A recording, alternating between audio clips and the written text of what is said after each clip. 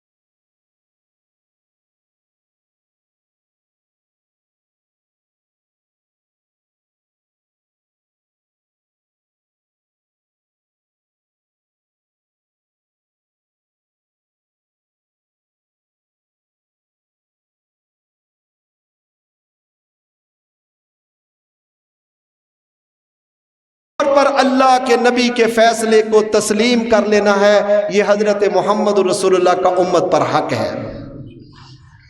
میں تو یہ کہتا ہوں کہ جب آپ کے سامنے کوئی دلیل آ گئی، قرآن کی آیت آ گئی، نبی اکرم صلی اللہ علیہ وسلم کی حدیث آ گئی، آپ کا ارشاد گرامی آ گیا، تو وہاں پر فوری طور پر تسلیم کرنا ایمان ہے، اور اس سے انحراف کرنا جو ہے یہ ایمان نہیں۔ اسی لیے اللہ تعالیٰ نے کہا وَيُسَلِّمُوا تَسْلِيمًا، اور اس طرح کہ آدمی جو ہے اللہ کے نبی کی حدیث سننے کے بعد فوری طور پر سرے تسلیم خم کر دے، اور یہ کہہ دے کہ میں اس کو اس لیے تسلیم کرتا ہوں کہ میرے پیارے رسول صلی اللہ علیہ وسلم کا ارشاد گرامی ہے۔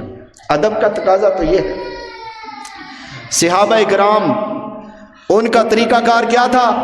اللہ کے نبی صلی اللہ علیہ وسلم نے ایک مرتبہ صرف کہا اجلسو، بیٹھ جاؤ، ایسے ہی جیسے آپ مسجد میں بیٹھے ہیں، اللہ کے نبی بیان کر رہے تھے، ایسے کہا اجلسو، بیٹھ جاؤ۔ ایک صحابی جو جوتوں والی جگہ پر تھے وہ وہیں بیٹھ گئے،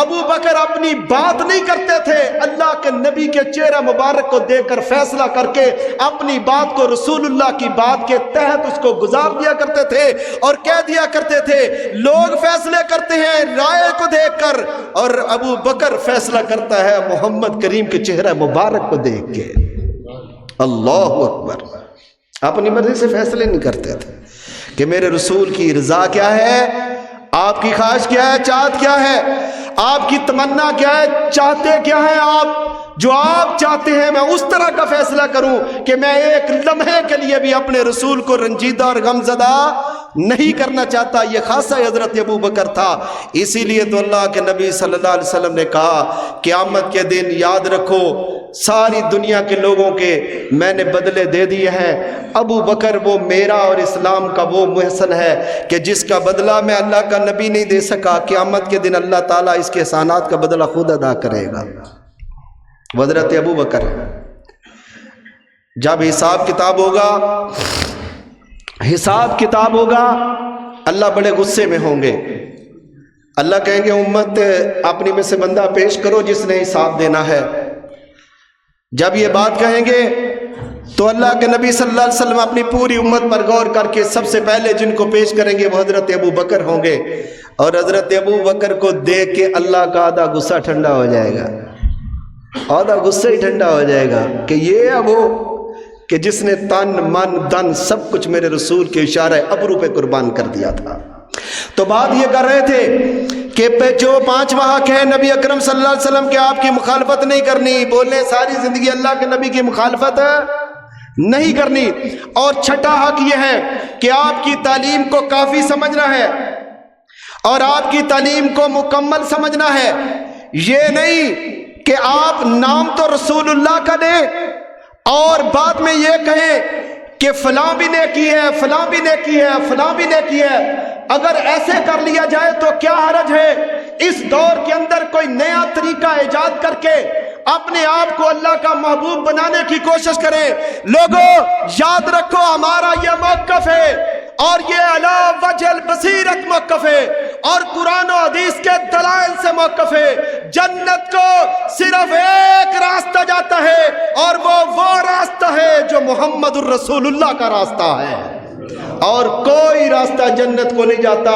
جنت کو جانے والا ایک ہی راستہ ہے جو رسول اکرم سرور کائنات ہادی دو عالم محسن کائنات جناب محمد الرسول اللہ کا راستہ ہے۔ آپ کی تعلیم کو کافی سمجھنا، اور اس کی دلیل قرآن کریم میں کیا ہے؟ اللہ فرماتے ہیں الیوم اکملت لکم دینکم واتممت علیکم نعمتی ورضیت لکم الاسلام دینا۔ میں نے شریعت کو، میں نے نبوت کو، میں نے کتاب کو، میں نے رسالت کو، تمہارے مذہب تمہارے دین کو مکمل کر دیا ہے اور اس دین کو سمجھانے کے لیے اپنے رسول کو بھیجا ہے۔ جو میرا پیغمبر تمہیں دے اس کو شریعت سمجھ کے لے لو، اور جس سے میرے رسول منع کرے اس سے باز آ جاؤ۔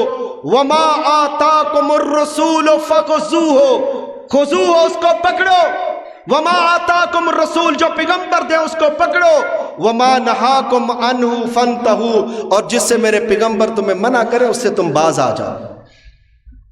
اب یہ ہے کہ آپ علیہ الصلوۃ والسلام کی تعلیم کو کافی سمجھنا ہے، یعنی ترک احداث ہے، لفظ بولا ہے میں نے، ترک احداث ہوتا ہے کہ نئی چیزوں کو آپ اختیار نہ کریں، وہی 1450 سال پہلے جو شریعت رسول اللہ نے دی تھی اسی کو دین سمجھ کے، اسی کو مکمل سمجھ کے، اسی کو ہدایت سمجھ کے اسی پر عمل کریں، نت نئے طریقے بنا کر اللہ کے رسول کی مخالفت نہ کریں اور آپ کی تعلیم پر عدم اعتماد نہ کریں۔ عدم اعتماد، اگر کوئی بندہ اس دور کے اندر کہتا ہے اگر میں کل کر لوں، 10واں کر لوں، 40واں کر لوں، 11ویں بار لوں، بدعات کر لوں، خرافات کر لوں، یہ میلے، یہ عرس، یہ مولود، یہ تھیٹر، یہ سارے اس طرح کے معاملات کروں، یہ جھنڈیاں لگاؤں اور ولادت رسول کے نام پر میں باقاعدہ طور پر ناچوں، ڈانس کروں، ڈور کی تھاپ پہ رقص کروں، یا کہتے ہیں جنڈیاں لگا کے فوجی بینڈ لگاؤں، یا اسی طرح دمال ڈالیں، یا جس طرح سوشل میڈیا پر آپ دیکھتے ہیں کہ مساجد کے اندر بنگڑے ڈالے جائیں، ایک ٹانگ پہ ناچا جائے، یا کسی کو کرنٹ لگتی ہے، فلاں طریقہ ہے دل کو چلانے کے لیے، یہ سارے اپنے بنائے ہوئے طریقے ہیں۔ جو بندہ یہ کرتا ہے حقیقت میں وہ اللہ کے نبی کی تعلیم کو مکمل نہیں سمجھتا، آپ کی تعلیم کو پورا، تبھی تو یہ اس طرح کے کھیکھن کر رہا ہے۔ اگر اللہ کے نبی کی بات کو، آپ کی شریعت کو اور آپ کی تعلیم کو مکمل سمجھتا ہوتا ہمارا بھائی، تو پھر اللہ کے نبی کی تعلیم کو مکمل سمجھتا تو ترک احداث یعنی وہ تمام کام چھوڑ دو جو رب کے قرآن سے ثابت نہیں، محمد الرسول اللہ کے فرمان اور سنت سے ثابت نہیں ہے۔ یہ چھٹا حق ہے۔ اور ساتواں حق کیا ہے؟ ساتواں حق ہے کہ آپ سے خیر خواہی کرنی ہے۔ آپ سے کیا کرنی ہے؟ بولے کیا کرنی ہے؟ خیر خواہی کرنی ہے۔ اور وہ خیر خواہی کیونکہ ہمارا سارے کا سارا دین الدین النصیحۃ، یہ سارے کا سارا دین الدین النصیحہ، یہ سارے کا سارا دین خیر خواہی پر مبنی ہے۔ ایک دوسرے کی خیر خواہی کرو، بھائی بھائی کی خیر خواہی کرے، بیٹی والدہ کی خیر خواہی کرے، اور ماں اپنی اولاد کی خیر خواہی کرے، ہمسایہ ہمسائے کی خیر خواہی کرے، امام مقتدیوں کی خیر خواہی کرے، اور جو مقتدی ہیں وہ امام کی خیر خواہی کریں۔ جب تم سارے ایک دوسرے کی بلائی اور ایک دوسرے کا فائدہ اور ایک دوسرے کی خیر خواہی کرو گے تو پھر تمہارا دین مکمل ہوگا۔ ہمارا دین خیر خواہی پر ہے، اور سب سے زیادہ خیر خواہی کرنی ہے تو اللہ سے کرنی ہے، اللہ کی کتاب سے کرنی ہے، اور اللہ کے رسول جناب محمد الرسول اللہ سے کرنی ہے، اور اپنے حکمرانوں سے کرنی ہے، اور عوام الناس سے کرنی ہے۔ اور اس کی دلیل اللہ کی کتاب قرآن کریم بھی ہے، اور نبی اکرم صلی اللہ علیہ وسلم کی حدیث بھی ہے۔ نبی مکرم نے فرمایا الدین النصیحہ، دین خیر خواہی کا نام ہے۔ صحابہ پوچھتے ہیں لمن یا رسول اللہ، اللہ کے نبی کس کے لیے؟ تو آپ نے فرمایا وللہ، اللہ کے لیے، ولکتابہ، اور اللہ کی کتاب کے لیے، ولرسولہ، اور اللہ کے رسول کے لیے، اور ولائمۃ المسلمین، اور مسلمانوں کے امام حکمرانوں کے لیے، وعامۃ المسلم، اور عام مسلمانوں کے لیے۔ سب سے کیا کرنی ہے؟ خیر خواہی۔ تو اللہ کے نبی سے خیر خواہی کیا ہے؟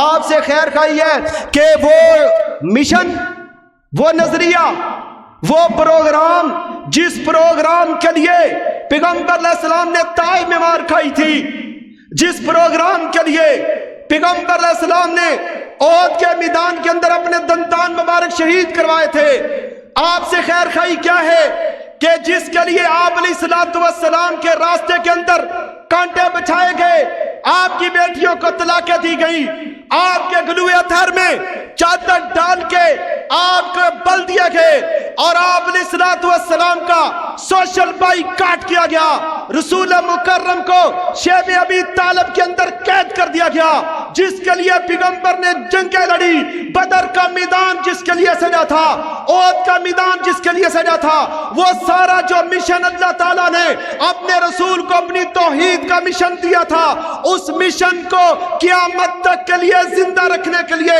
اپنا عمل کرنا، یہ پیغمبر کی خیر خواہی ہے۔ جب تم پیغمبر کی خیر خواہی کرتے ہوئے رسول اللہ کے مشن کے لیے کام کرو گے، ادھر تمہارے جسموں سے روح پرواز کرے گی، ادھر آسمان والا اللہ تمہیں جنت عطا کر دے گا۔ میرے بھائیوں، آپ کے مشن سے غداری نہیں کرنی۔ بول لیں آپ کے مشن سے غداری ہم سے نہیں ہوتا کہ اللہ کے نبی کے مشن سے غداری کریں۔ اور وہ مشن کیا تھا؟ اللہ اکبر، اس مشن کے لیے آئے تو کتنی تکلیفیں دی گئی، آپ کو کتنی تکالیف دی گئی، آپ کے صحابہ کو کتنے مسائل میں الجھا دیا گیا، اور آپ کو کتنا پریشان کیا گیا۔ وہ خوبصورت چہرہ مبارک جو اتنا خوبصورت چہرہ تھا، جس کی قسمیں اللہ تعالیٰ نے اپنی کتاب قرآن کریم کے اندر پیغمبر کی زلفوں کی قسمیں کھائی ہیں، وہ چہرہ جب احد کے میدان کے اندر آپ علیہ السلام کی خود کی کڑیاں جو آپ علیہ السلام کے چہرے میں وہ پھنس گئی تھی. صحابی کہتے ہیں اس کو جب نکالنے لگا تھا تو میرا دانت ٹوٹ گیا تھا، اور آپ کے خود رسول اللہ کے دندان مبارک شہید ہوئے تھے. اتنا دکھ، اتنے صدمے، اتنے مصائب اور اتنی پریشانیاں اٹھانے کے باوجود بھی اللہ کے نبی نے مشن نہیں چھوڑا، اور یہاں تک آپ اپنے مشن سے مخلص تھے کہ ایک دن حضرت حمزہ رضی اللہ تعالی عنہ، ان کو کسی عورت نے، لونڈی نے بتایا کہ ابو جہل نے تمہارے بھتیجے کو مار کے ان کو زخمی کر دیا ہے. آ کر کہتی ہے حمزہ تم سردار ہو، تمہاری سرداری کس لیے ہے؟ تم چودھری ہو، تمہاری چودراہٹ کس لیے ہے؟ تم اپنے اندر اپنے آپ کو طاقتور سمجھتے ہو، تمہاری طاقت کس لیے ہے؟